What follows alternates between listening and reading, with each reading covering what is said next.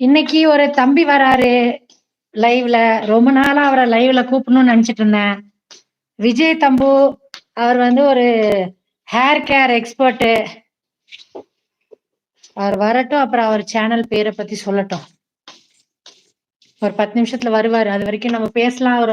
உறவுகளே வாங்க, join live together.